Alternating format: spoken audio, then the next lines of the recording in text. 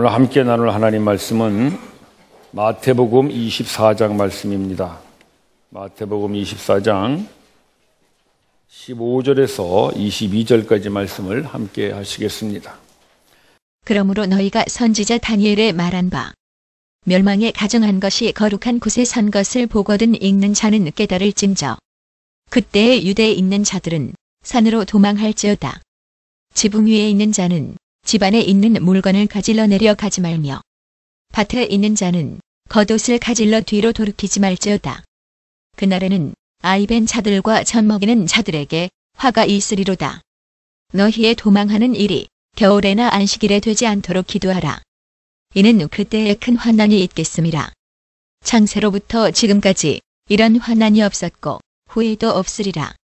그날들을 감하지 아니할 것이면 모든 육체가 구원을 얻지 못할 것이나 그러나 택하신 자들을 위하여 그날들을 감하시리라. 아멘. 우리 사람들은 두 가지 종말을 맞이하게 됩니다. 하나는 예수님 재림하실 때의 종말이고요. 또 하나는 우리가 죽을 때 종말입니다. 예수님 재림하실 때 종말은 보통 우주적인 종말 또는 역사적인 종말 그렇게 말하고요. 우리가 죽을 때 맞는 종말은 개인적 종말 그렇게 말합니다. 둘 다 종말입니다. 우리 중에 예수님 재림하시기 전에 죽는 사람들은 이제 개인적 종말을 맞이하겠죠. 그러나 살아서 예수님 재림하심을 맞이하는 사람들은 역사적 종말을 맞이할 것입니다. 그러나 어쨌든 종말은 종말이죠. 예수님께서 오늘 종말에 대해서 말씀하시는데 예수님 말씀하시는 종말은 이 두 가지를 다 포함하는 종말입니다. 특별히 역사선상에서 실제로 종말과 같은 사건이 있었는데 AD 70년에 예루살렘 성전이 멸망될 때의 사건입니다. 그 당시 유대인들은 이 성전이 무너지리라고는 상상할 수가 없었죠. 왜? 성전은 하나님의 임재가 있는 곳인데 다른 곳은 다 멸망해도 성전이야 하나님이 지켜주시겠지 그래서 생각했는데 그 성전이 돌에 도나라 남지 않고 깡그리 무너집니다. 그걸 보면서 유대인들은 이거야말로 종말이구나 그렇게 생각했습니다. 그래서 예수님께서 그 AD 70년에 있을 종말을 예고하십니다. 우리에게는 이미 과거의 사건이죠. 그러나 예수님 시대에서 보면 미래의 사건입니다. 그래서 예수님께서 이 종말을 예고하시는데 가까이는 AD 70년 성전의 종말이고 멀리는 예수님 재림의 종말입니다. 이게 멀리서 보면 하나의 사건같이 보이는 거예요. 마치 우리가 멀리서 이렇게 산을 보면요 산봉우리가 하나같이 보이는데 가까이 가보면 이게 두 개의 산인 경우들이 있죠. 두 산 사이에 상당히 거리가 있는데 멀리서 보면 하나같이 보입니다. 똑같습니다.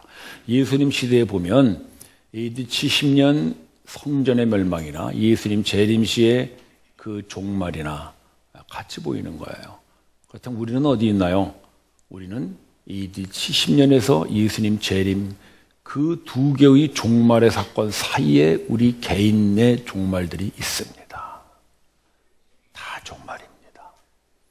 오늘 예수님 종말을 얘기하시는데 잘 살펴서 우리에게도 종말이 이렇게 일어나겠구나라는 것을 잘 배워서 우리가 종말을 준비하는 그런 지혜를 얻는 시간이 되시기를 바랍니다. 말씀을 봅시다. 15절에 보실까요?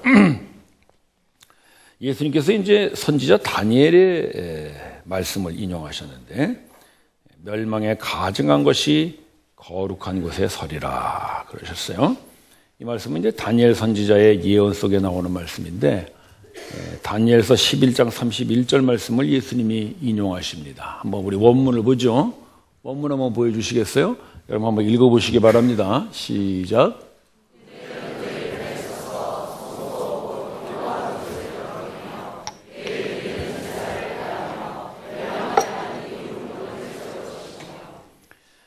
다니엘 선지자는 예수님 오시기 약 한 600년 전 예언자죠. 그런데 그때 다니엘이 예언하는데 뭐라고 하냐면 멸망에 미운 것이 성소에 서리라 그랬어요. 이게 종말이에요. 이걸 예수님께서 멸망에 가증한 것이 거룩한 곳에 서리라 그랬습니다. 이건 어떤 사건을 예언한 거냐면 BC 160년경에 예수님 오시기 한 160년 전입니다. 그때에 세계를 제패하던 나라가 헬라 제국이었습니다. 지금의 그리스입니다. 헬라 제국의 알렉산더 대왕이 전 세계를 제패했는데 알렉산더 대왕이 죽은 다음에 그 부하 장수들이 그 점령지를 분할해서 통치했습니다. 그 중에서 이스라엘 지역을 통치하던 장수가 안티오코스 에파피네스라고 하는 장군인데 아주 나쁜 사람입니다. 제가 이 강단이기 때문에 좀 점잖게 말합니다. 나쁜 사람입니다. 속으로는 뭐라고 얘기하는지 여러분 아시죠? 제가 욕 잘하는 거 아시니까. 이름도 길고 하니까 그냥 제가 나쁜 사람으로 하겠어요. 이 나쁜 사람이 이스라엘을 점령하고 무슨 짓을 했느냐. 예루살렘 성전에다가 돼지 피를 뿌렸어요. 돼지는 유대인들이 먹지도 않는 부정한 동물이라고 보잖아요.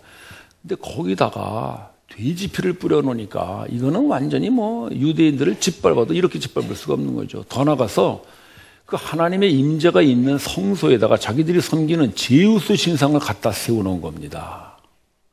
바로 다니엘 선지자가 예고한 대로 멸망에 미운 것이 성소에 섰습니다. 이거 실제 역사적 사건입니다. 그러니까 이거는 뭐 예루살렘 성전을 회파하는 정도가 아니라 완전히 그냥 짓뭉개는 거죠. 그래도 이스라엘 사람들이 뭐 어떻게 할 수가 없어요. 워낙에 이 대제국이 자기들을 박해하고 있으니까. 그러나 거기에도 하나님의 은혜가 있었습니다. 22절에 그 나오죠. 마지막에 보시면 뭐라고 했어요? 택한 자를 위하여 그날을 감하여 주시리라. 정말이에요.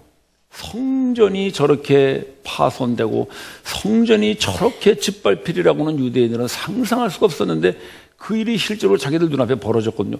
종말이다. 이제는 다 끝났다. 그렇게 생각하는 거예요. 그런데 하나님께서는 그 종말에도 은혜를 베푸십니다. 어떤 은혜를 베푸시느냐.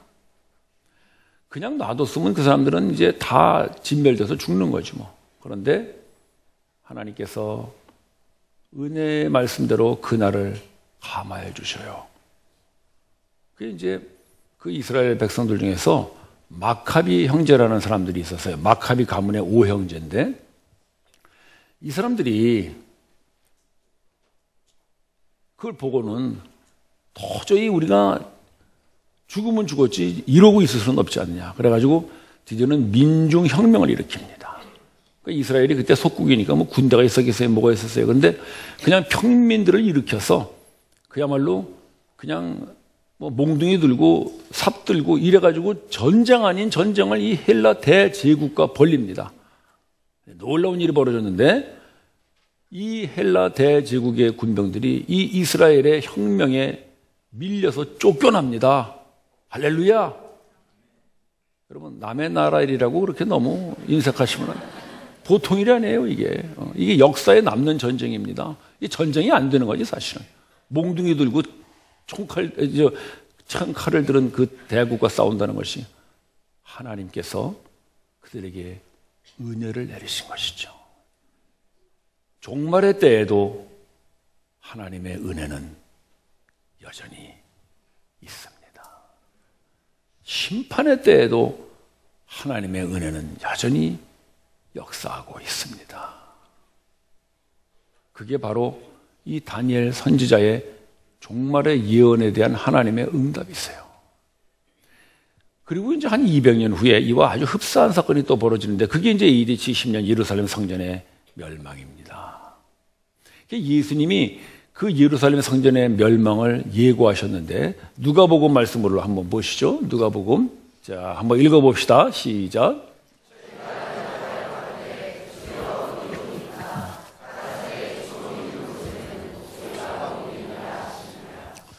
이제 예수님께서 또 종말을 말씀하시니까 제자들이 묻는 거예요. 주여 어디 오니까? 왜 그랬을까요? 성전이라고는 생각을 못한 거지. 지금 예수님은 성전의 멸망을 종말로 예고하시는데 이 제자들은 옛날 유대인들과 똑같이 다른 데는 다 멸망해도 성전만은 하나님이 보호해 주실 거야. 그러니까 은근히 묻는 게 주여 어디 오니까? 그 말은 뭐예요? 성전은 아니고 다른 데겠지. 그렇게 묻는 거죠. 근데 예수님이 뭐라고 하시냐면 주검이 있는 곳에 독수리가 모이느니라. 그 이제 로마 군사가 예루살렘을 점령하면서 죽은 사람의 수가 10만이 넘었다고 합니다. 지금도 10만이면 많은 수입니다만은 그 당시에 10만이면 굉장히 많은 수죠. 인구가 많지 않을 때니까. 그 기록에 의하면 그 당시 예루살렘의 전체 인구가 100만이 안 됐다 그래요. 그 중에 10만이 죽었어요. 온통 다 시체 덩어리예요. 시체 덩어리. 이 성 전체가 시체로도 덮인 거예요. 근데 그 시체로 덮여져 있는 그 죽음을 짓밟고 들어오는 자들이 누구냐? 로마 병정들이었거든요. 근데 로마 병정들이 들고 오는 로마 군기가 있습니다. 그걸 제가 한번 보여드릴게요. 그림 한번 보여주시죠. 독수리예요, 독수리. 이 SPQR이 이게 뭐냐면 로마의 정식 이름이거든요. 공화정과 민중과 함께하는 로마, 이게 이런 뜻인데, 이 독수리가 바로 로마 군대의 군기였어요. 그러니까 예수님 말씀하시는 게 뭐겠어요? 죽음이 있는 곳에 독수리가 모이느니라. 그 10만의 시체가 죽음으로 깔려있는 그 자리에 거기를 짓밟고 들어오는 그 로마 병정들이 들고 들어오는 그 독수리 군기가 그 예루살렘 성전을 뒤덮을 것이라, 이것이. 무서운 예고였죠. 이것은 실제로 이루어진 역사적 사건이에요. 따라서 그 다니엘의 예언도 예수님의 예언도 다 우리의 과거 역사 속에서 일어났습니다. 근데 그 다니엘의 예언에 의한 예루살렘 성전의 그 회파 때 하나님께서 은혜를 내리셔서 드디어는 마카비 형제를 통하여 그들을 몰아내십니다. 예수님이 예언하셨던 이 예언이 이루어지던 AD 70년, 하나님은 여전히 그들을 위하여 은혜를 내리십니다.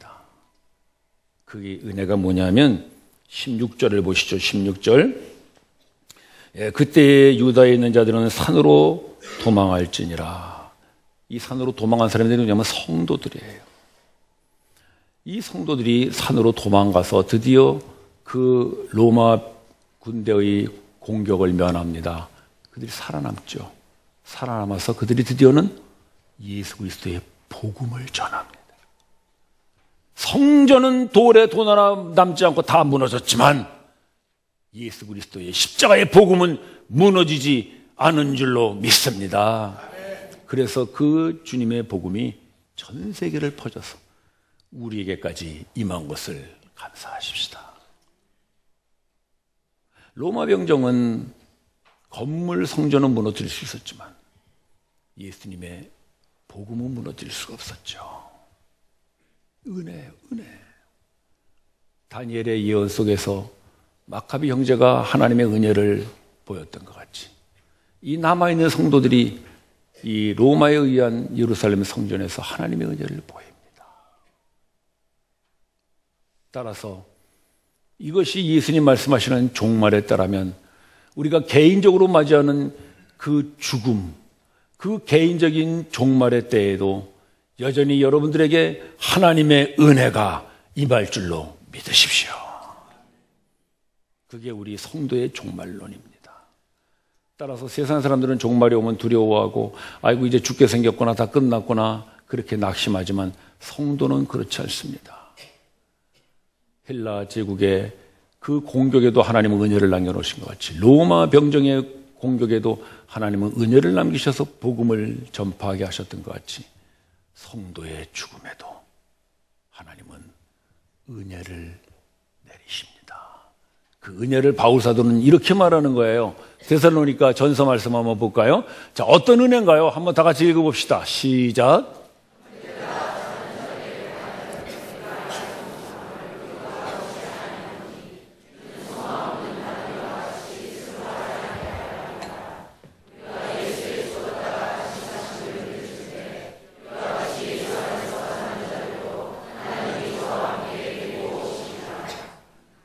여러분 믿으십니까? 우리가 개인적인 종말로 죽음을 맞이할 때도 하나님은 우리에게 소망을 은혜로 내리십니다. 그게 바로 부활의 소망입니다. 우리는 종말로 끝났다고 생각하지만 하나님은 그 종말에 뒤에서 일하십니다. 죽은 자를 잠자는 자라고 하고 다시 깨어날 것이라고 합니다. 그래서 소망 없는 자같이 슬퍼하지 말고 이 소망으로 그 죽음의 종말까지도 넉넉히 이기게 하시는 하나님이 바로 여러분들의 하나님이십니다. 따라서 우리는 이 종말 속에서도 부활의 소망을 가지고 살아가야 되는데 그게 참 쉽지가 않습니다. 왜 그러느냐? 이 세상이 너무 좋아서 그래요. 이 세상에 재밌고 즐기고 이러고 사는 게 너무 좋으니까 그 종말 후에 부활의 영광이 있다는 걸 알면서도 우리는 종말을 사실은 회피하는 것이죠. 근데 여러분, 그 유다를 떠나서 산으로 도망한 사람들이 왜 도망했냐 하면요, 그 사람들이 도망하고 싶어 도망한 게 아닙니다. 유다라는 건 예루살렘을 중심으로 한 그 지역을 말하는 거거든요.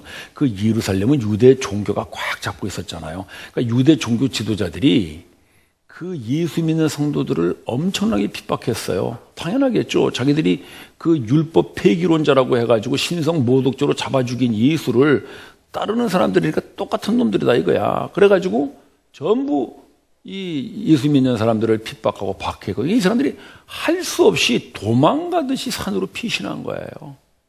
그런데 그 도망간 피신이 예루살렘 성이 함락할 때 이들의 구원이 된 것이죠.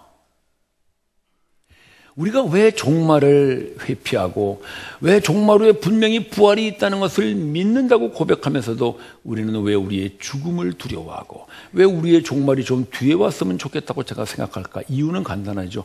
여러분, 세상살이가 너무 재밌어서 그래요. 그 유대 종교 지도자들 같이 우리를 핍박하고 박해하는 자들이 있다면 우리도 산으로 도망가듯이 우리 빨리 그 하나님의 약속의 부활의 세계로 도망가고 싶을 줄로 믿습니다. 그래서 하나님께서 우리에게 고난으로 이 세상에 밀어버리게 하시는 것입니다. 여러분, 강용호 박사 잘 아시죠? 그 시력장애자로 미국에서 상담학 박사까지 했고 상당히 좋은 일을 많이 했죠. 저희가 지금 하고 있는 굿윌 그 사업도 강영호 박사가 우리나라에 가지고 들어와서 처음 시작했어요. 그래서 제가 이제 굿윌 시작할 때 강영호 박사를 한번 만났는데 키가 자그마하신 분이 이렇게 악수를 하는데 손이 애기 손 같더라고. 왜 그러냐면 이 점자를 하려면 손이 아주 부드러워야 됩니다. 이제 저도 강영호 박사와 같은 그런 망막 박리 때문에 시력이 많이 떨어졌기 때문에 제가 그 얘기를 했죠. 저도 망막박리 때문에 고생을 많이 했습니다. 그분이 그러시군요. 제가 이제 동감을 하는 거지. 근데 나는 내 손을 만져보니까 나는 꺽꺽 그래가지고 그런 생각이 들더라고. 야, 나는 완전히 시력을 잃었으면 점자로 공부도 못할 뻔했구나. 그게 어려서 그렇게 돼야지 커서는 하기 어렵습니다. 어쨌든 간에 그래가지고 이분이 이제 시력장애자로 살면서도 그렇게 많은 사람들에게 좋은 영향을 미쳤는데 나중에 대장암으로 죽죠. 68살. 요즘으로 치면 뭐 좀 더 살만한 나이인데도 그때 이제 이분이 수술을 안 받고 돌아가십니다.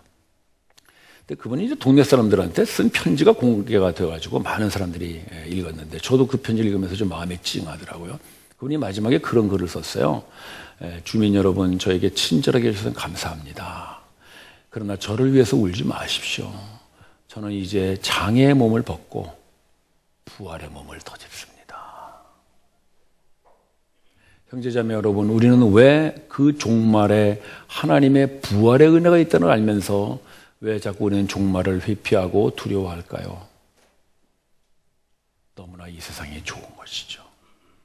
그러나 우리가 고난을 통해서 몸에 장애가 있고 여러 가지 형편상 살기가 힘들고 사는 게 무겁고 그러면은 자연히 어서 이 고난의 몸, 이 고난의 시간들을 벗어나서 그 영원한 부활의 몸을 덧입고 싶다라고 하는 소망이 생길 줄로 믿습니다. 제가 그 증인입니다. 저도 평생 뭐 시력 때문에 고생하면서 살았고 요즘도 신장장애까지 하나 더 붙여가지고 하나님께서 미련을 완전히 끊게 하시는 것 같아요. 그래, 강영호 박사도 68에 죽었다는데 나도 한 3년 남았구나. 제가 그런 생각. 여러분, 제 죽을 때 많이 오세요.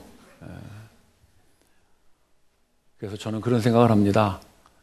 빨리 종말의 때가 와서 사망도 없고 아픔도 없고 고통도 없고 장애도 없는 그 영원한 부활의 몸으로 덧입기를 소망하며 사는 게 성도의 종말론이구나. 여러분 죽을 때 그렇게 하고 죽으시기 바랍니다. 야야, 나를 위하여 울지 말고 너를 위하여 울라. 나는 부활의 몸으로 덧입으니 영광인데 너는 아직도 그 육신으로 살아야 하니 고생이구나.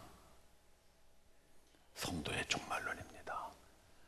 따라서 우리는 이 종말의 때가 슬픔이 아니라 기쁨이고 절망이 아니라 소망이며 심판이 아니라 영광의 승리가 될 줄로 믿습니다. 예수님께서 예수님 재림의 종말을 말씀하시면서 우리 개인의 종말도 이렇게 준비하라 말씀하시는 거예요.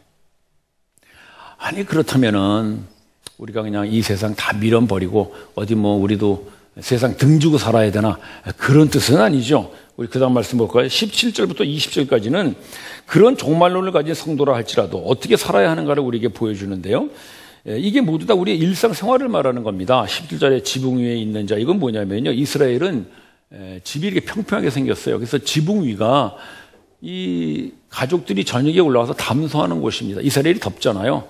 그러니까 저녁이 되면 시원한 바람이 부니까 지붕 위에 올라가서 가족들끼리의 시간을 가지는 그런 자리가 지붕인데, 그 지붕 위에서 가족 간의 시간을 가지는 건 좋지만 어떻게 하라 그랬어요? 집안의 것을 가지기 위하여 내려오지 말라. 즉 뭡니까? 가족 간의 대화 중요하지만 거기에 너무 빠지지 말고 너의 종말을 준비하라 이것입니다. 18절도 그렇죠. 밭에 나가서 일하는 거. 뭐 그 당시는 밭에 나가서 일하는 것이 우리가 요즘 하는 사업이나 직장이나 다 그런 거잖아요. 그러니까 거기서 일하라 이거죠. 우리 직장 생활 잘 해야죠. 사업도 잘하고. 그러나 거기에서 거독까지로 돌아가지 마라. 무슨 말입니까? 직장과 사업에 너무 빠져서 종말의 때를 잊지 말라. 그 종말의 때가 곧 다가오고 있다. 그걸 소망하고 살아야 된다. 여러분 돌아가지 말라니까 뭐 생각납니까? 롯의 아내 생각나죠. 창세기에 롯의 아내가 뒤돌아보지 말라고 하는데 돌아보는 바람에 소금 기둥 돼버리고 말았어요. 종말이 왔어요. 이제는 그 종말의 때 하나님의 은혜, 부활의 영광이 나에게 온다는 걸 생각하고 하나님 감사합니다 해야 할 텐데 돌아봐. 조심하세요. 부활이 아니라 소금 기둥이 될 줄 몰라요. 또 19절도 애기 뵌 자, 젖 먹이는 자, 이거 다 우리 모든 자매님들의 일상생활이잖아요. 결혼해서 애기 낳고 젖 먹이고 그렇게 살라는 겁니다. 그거를 떠나지 말고 살아요. 그러나 그 애기 젖 먹이고 애기 키우는 데에만 너무 빠져서 너의 종말을 잊지 말라.